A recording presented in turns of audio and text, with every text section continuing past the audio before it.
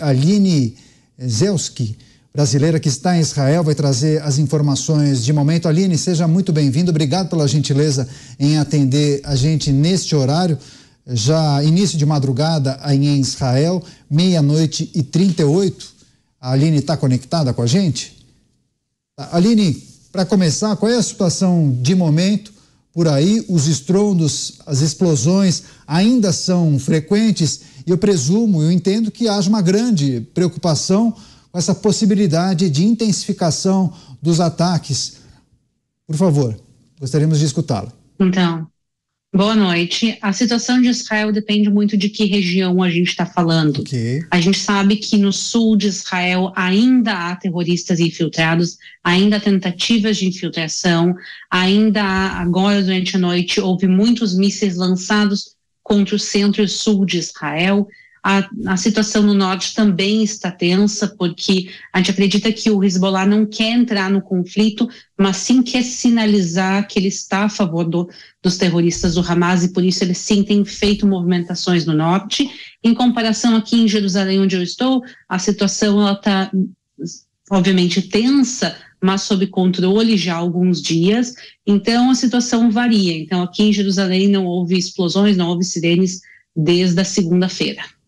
Tá certo. Aline, eu vou pedir licença, inclusive, os nossos comentaristas também farão perguntas a você. Cláudio Dantas, por gentileza. Olá, Aline, tudo bem novamente, né? Estamos aí fazendo essa cobertura.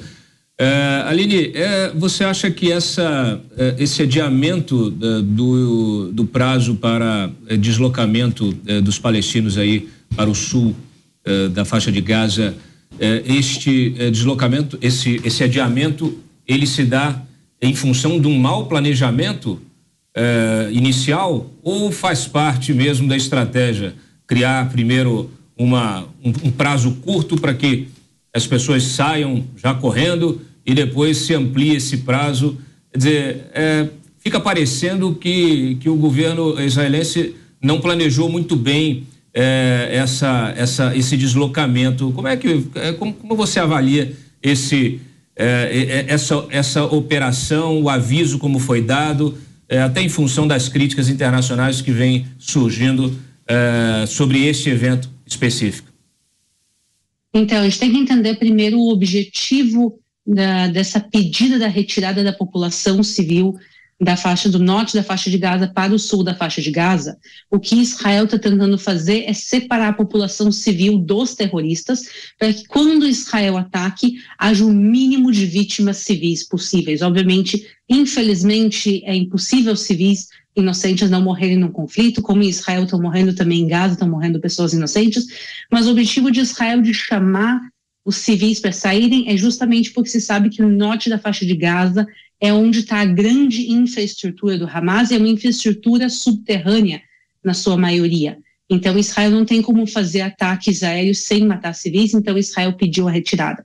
E aí Israel fica numa posição muito difícil, porque se tu dá um período muito grande, tu está também permitindo que os terroristas tenham tempo para se preparar para esse ataque. Inclusive, a gente acredita que boa parte dos israelenses sequestrados, entre eles mulheres, crianças e idosos, estão escondidos no norte da faixa de Gaza, então, para que os terroristas não consigam retirar esses civis.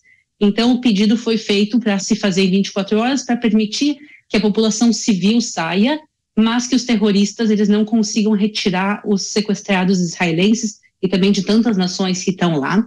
Mas o que acabou acontecendo é que o Hamas está impedindo a saída da população civil. Eles começaram com uma campanha de desinformação muito grande, então eles estão nos meios de comunicação da faixa de Gaza dizendo que é fake news, que não há necessidade de retirada, que não se pode retirar, que isso é uma tentativa de Israel de causar dano para a faixa de Gaza, e justamente a verdade é o oposto disso. E quando a população sim começou a se retirar, a gente tem relatos locais de pessoas do Hamas vestidos à paisana, ameaçando a população que quer deixar. Inclusive, houve violência do Hamas contra esses civis, para que eles não saiam, para que Israel não possa atacar o norte da faixa de Gaza, onde o Hamas se encontra, e caso haja esse ataque, cause máximo de sofrimento e de perdas civis palestinas, que realmente é uma tragédia enorme.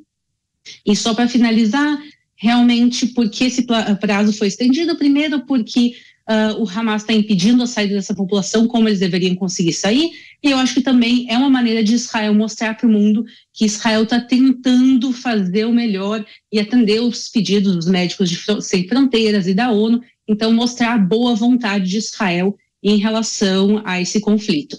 É isso, é uma guerra armada e também de informação. Estamos conversando com a Aline Zeiski, brasileira, moradora de Jerusalém, contando exatamente a situação de momento em Israel. Agora, José Maria Trindade, sua pergunta, Zé. Pois não, olha, Aline, trata-se de uma guerra fortíssima de comunicação, né? E a estratégia de imagem está muito explícita. Tanto é assim que autoridades de Israel têm conversado ali com os vizinhos, conversado com países aliados, exatamente na tentativa de provocar o menor dano na imagem do país com esta ocupação necessária. A grande questão fica aí essa sensibilidade. O que Israel vai fazer? Vai ocupar Gaza e administrar Gaza? Vai fazer o quê? Você tem uma ideia de qual é esse objetivo futuro de Israel? É muito sensível essa posição, né, do país. Justamente, para Israel é muito importante como os países se relacionam com Israel. Existem aqui algumas guerras sendo travadas, uma delas é uma guerra midiática que há muitos anos Israel perde. A gente vê que a simpatia do mundo, ela está normalmente com a causa palestina, e muitas vezes as pessoas não sabem diferenciar o que é a causa palestina, que é uma causa legítima da criação de um futuro Estado palestino, em comparação ao que é o terrorismo, que o objetivo do terrorismo do Hamas, como Estado Islâmico, como Hezbollah, é destruição de Israel. Então, essa guerra midiática, realmente, Israel está perdendo. E em relação ao qual o objetivo de Israel dentro da faixa de Gaza, obviamente há uma grande dúvida nisso. Aqui na população israelense, obviamente o governo não vai falar por enquanto qual é o objetivo deles, mas a gente acredita que uma ocupação de Gaza, como existia no passado, não vai voltar a acontecer. Quer dizer, Israel até 2005 ocupava Gaza, quer dizer, controlava Gaza, e em 2005 Israel decidiu fazer uma retirada unilateral, retirou todos os judeus, todos os israelenses de dentro da faixa de Gaza, civis e militares, e entregou 100% o controle da faixa de Gaza para a autoridade palestina, para o Fatah. E eles perderam esse controle porque o Hamas deu um golpe de Estado, esse grupo terrorista assumiu o poder. Então, a situação ideal seria se realmente Israel conseguisse entrar, terminar com a força do Hamas e entregar a faixa de Gaza para os seus donos legítimos, se pode dizer, a autoridade palestina e o Fatah. Tá certo. Aline, só quero trazer a informação para as pessoas que nos acompanham em relação ao prazo de evacuação. Trouxemos mais cedo, bem na abertura aqui do programa Os Pingos nos Is, aquele prazo dado por Israel para evacuação, sobretudo as pessoas que precisariam deixar a região norte de Gaza para o sul. Esse prazo acabou, encerrou. Porém, a ONG Médicos Sem Fronteiras divulgou uma outra informação. Se nós tivermos, inclusive, o tweet que foi divulgado pela ONG Médicos Sem Fronteiras, traz uma informação adicional, uma informação importante. Dizem que conseguiram mais 2 horas adicionais para liberar as pessoas desse hospital, Al-Alda, que fica em Gaza, porque o Médicos Sem Fronteiras, os seus médicos estão trabalhando de forma intensa para retirar essas pessoas, esses pacientes, desse hospital. Então são 2 horas adicionais para conseguir efetuar essa evacuação. A gente vai seguir, claro que todas as informações aqui para você que acompanha a programação da Jovem Pan News, e tem informação que acaba de chegar. Terminou a reunião do Conselho de Segurança da ONU, inclusive essa reunião seria realizada na semana que vem, foi antecipada. Há uma grande expectativa para quais serão os temas debatidos, mas não houve consenso. Essa informação que nós temos. Havia a possibilidade de discutirem questões humanitárias importantes, sobretudo a abertura de corredores humanitários. Daqui a pouco a gente vai trazer a informação com detalhes, inclusive vamos repercutir isso com os nossos comentaristas. Agora, comandante Robinson Farinazzo, sua pergunta, por gentileza, para a nossa convidada. Aline, boa noite. Eu queria saber de você, como é que está a situação aí em Jerusalém de serviços, né? Então, eletricidade, água, hospital, serviços públicos, comunicações também, e o dia a dia das pessoas. O que você está sentindo aí do dia? Como é que tá a rotina de vocês aí em Jerusalém? Eu sei que agora é o começo quer dizer, na verdade aí já está no meio, né, do Shabbat, mas como é que você está sentindo aí, você sentiu nos últimos dias aí, o dia a dia a rotina de vocês? Então, todos os serviços públicos, serviços básicos, hospitais, transporte público, eletricidade, água, supermercados, tudo está funcionando normalmente. Eu, inclusive, fui para uma clínica aqui, a clínica pública que me atende, eu estou grávida, então eu estou fazendo acompanhamento médico normal de gravidez, estava tudo funcionando normalmente. Em relação às ruas da cidade, a gente nota que tem bem menos movimentação. No Shabat, da mesma maneira, tem pouca movimentação, mas mesmo antes de começar o Shabat, a gente viu menos gente nas ruas. A questão de lazer, cinema, zoológicos, partes dessas coisas realmente não estão funcionando. Eu acho que também porque não tem clima no país, as pessoas irem agora assistir um cinema, por mais que pudesse estar aberto, as pessoas não querem ir.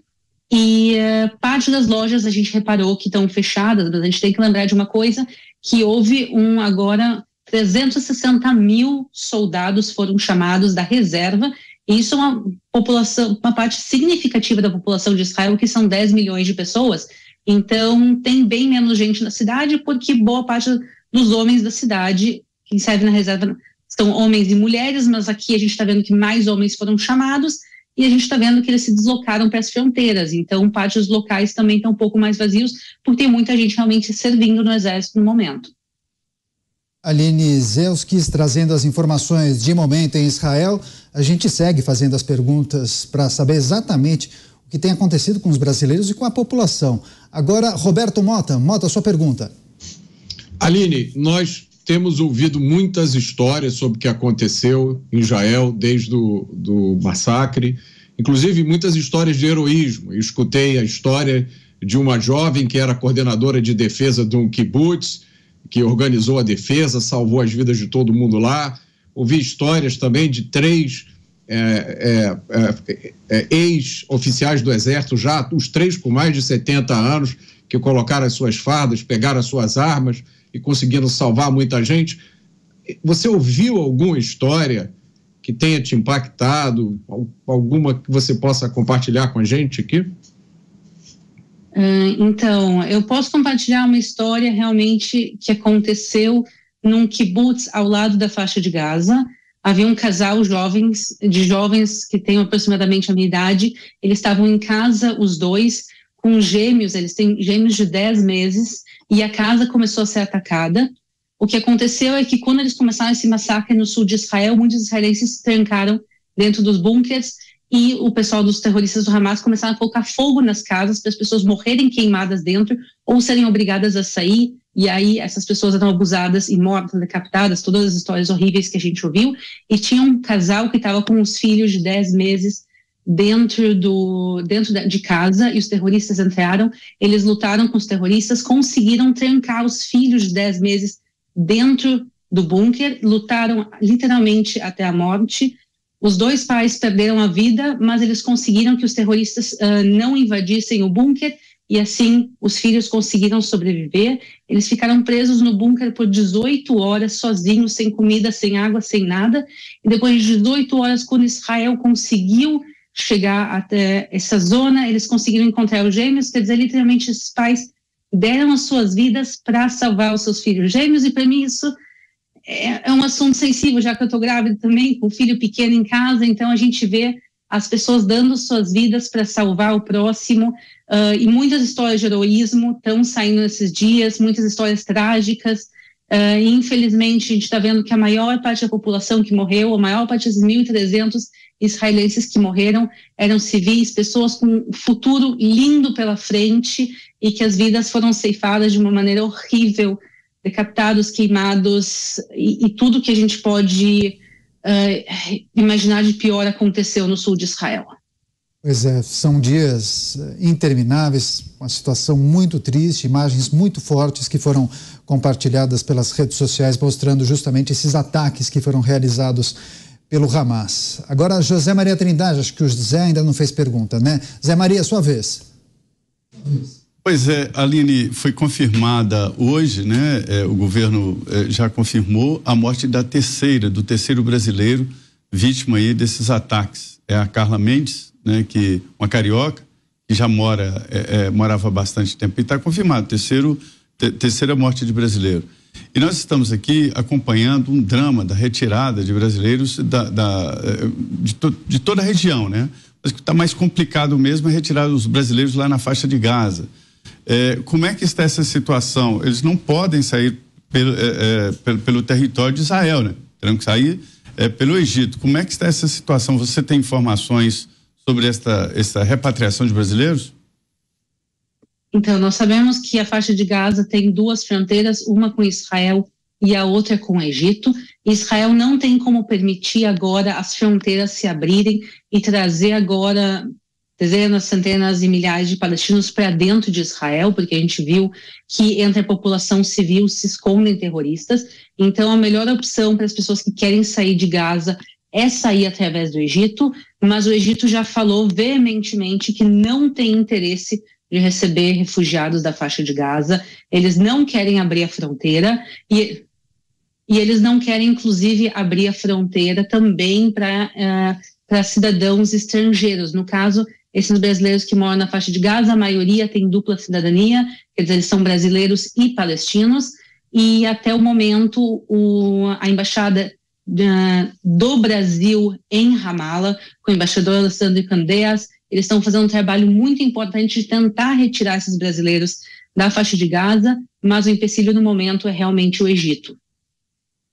Tá certo. Agora, para fechar essa entrevista com a Aline Zelskis, Cláudio Dantas.